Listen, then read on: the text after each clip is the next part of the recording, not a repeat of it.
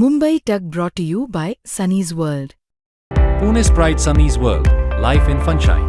Resort weddings, events, restaurants, adventure wellness. Sunny's World, perfect destination for every occasion. कर्जमाफीच्या संदर्भातली आमची तयारी अंतिम टप्प्यामध्ये आहे. या संदर्भात कॅबिनेट सब कमिटीची बैठक झालेली आहे. काही अधिकची माहिती आम्ही मागवली आहे. ती आल्यानंतर आम्ही ही प्रक्रिया सुरू करू. 30 जून पूर्वी कर्जमाफी आम्ही करणार आहोत. काल मला पार्थ पवार येऊन भेटले. काही 2-3 प्रशासनिक विषय होते, काही राजकीय विषय होते, त्याच्यावर त्यांनी माझ्याशी चर्चा केली. मला असं वाटतं की आम्ही मित्रपक्ष आहोत, त्यामुळे ते मला येऊन भेटणं ही काही फार मोठी बातमी आहे असं मला वाटत नाही. राज्यात कुठलंही ऊर्जा संकट नाही. आपल्याला आवश्यक त्यापेक्षा जास्त ऊर्जा आज आपल्याकडे आहे.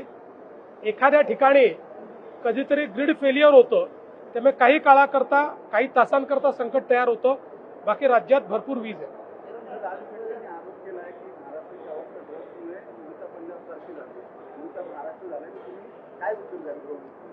असं आहे की आपल्याला आकडेच या ठिकाणी पाहायला मिळतात. पंजाबची स्थिती काय, इतर राज्यांची स्थिती काय आणि महाराष्ट्राची स्थिती काय आहे.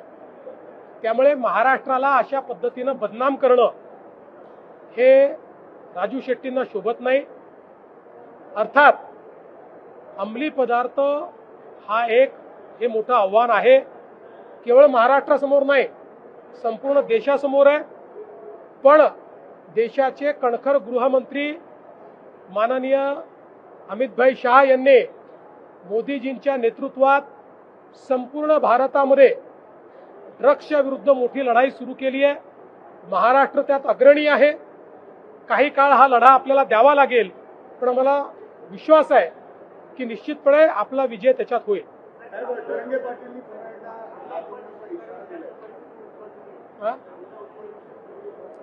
असं आहे की आता जी काही आंतरराष्ट्रीय परिस्थिती आहे, त्यामुळे आपला कांदा बांगलादेशातही जात नाही आहे, आखाती देशातही जात नाही आहे. उत्पादन अधिक आहे, त्याला खरीदार कमी आहे. आणि म्हणूनच कालपासनं केंद्र सरकारने इंटरव्हेन्शन सुरू केलं आहे. 12.5 रुपयाच्या भावाने केंद्र सरकार कांदा खरेदी करत आहे, ती सुरू झालेली आहे. त्यामुळे काही ना काही दिलासा हा शेतकऱ्यांना निश्चित मिळेल.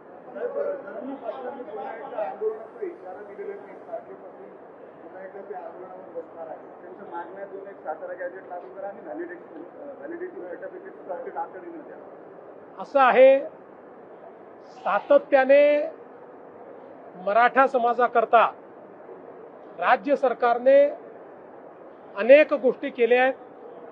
यामध्ये सारखी संस्था तयार करून आपले अनेक मराठा तरुण IAS, IPS, MPSC स्पर्धा परीक्षांमध्ये आज त्या ठिकाणी उत्तम यश संपादन करतायत. अण्णासाहेब पाटील आर्थिक विकास महामंडळातनं रेकॉर्ड इतके उद्योजक मराठा समाजातले आपण तयार केले आहेत. शिक्षणाचं क्षेत्र असो, सगळ्या स्कॉलरशिप आपल्या चाललेल्या आहेत. ज्यांना हॉस्टेलमध्ये जागा मिळत नाही त्यांच्याकरता निर्वाह भत्त्याची योजना आपण चालवतो. नवीन हॉस्टेल्स तयार करतो. कुठलीही योजना बंद नाही आहे. या ठिकाणी प्रमाणपत्र मागितलं आहे आणि खूप प्रमाणपत्र पेंडिंग आहेत अशी परिस्थिती नाही. जे प्रमाणपत्र मागितले जातात त्यातले जे त्या नियमात बसतात ते सगळे दिले जातात आणि पेंडन्सी कुठेही फारशी तुम्हाला त्या ठिकाणी पाहायला मिळत नाही. आता याची जी काही व्हॅलिडिटीची प्रोसेस आहे, ही प्रोसेस सर्वोच्च न्यायालयाच्या निर्णयानुसार केली जाते. त्याची कमिटी ही सर्वोच्च न्यायालयाने तयार केली आहे. त्याचे निकषही सर्वोच्च न्यायालयाने तयार केली आहे. त्या समितीला पूर्ण स्वायत्तता सर्वोच्च न्यायालयाने दिली आहे. ते काही राज्य सरकार त्याच्यामध्ये हस्तक्षेप करू शकत नाही. त्यामुळे त्या नियमानुसार कमिटी व्हॅलिडिटी देखील करते. आणि सातारा गॅझेटचा जो काही या ठिकाणी संबंध आहे, आपल्याला माहिती आहे हैदराबाद गॅझेट दिल्यानंतर त्याची केस ही आत्ता माननीय उच्च न्यायालयामध्ये चाललेली आहे. अजून त्या केसचा निकाल लागलेला नाही.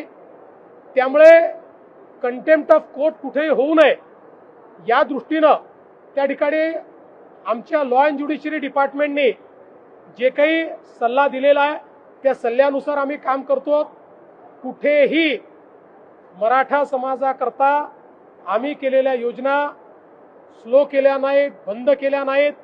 उलट अधिक ताकदीनं आम्ही त्या चालवतो. आणि जेवढं मराठा समाजाकरता मुख्यमंत्री म्हणून मी आणि एकनाथराव शिंदेजींनी केलं, मला वाटत नाही की महाराष्ट्राच्या इतिहासात कुठल्याच सरकारमध्ये झालेलं आहे. तथापि लोकशाही आहे, प्रत्येकाला मत व्यक्त करण्याचा अधिकार आहे, त्याला तुम्ही थांबवू शकत नाही.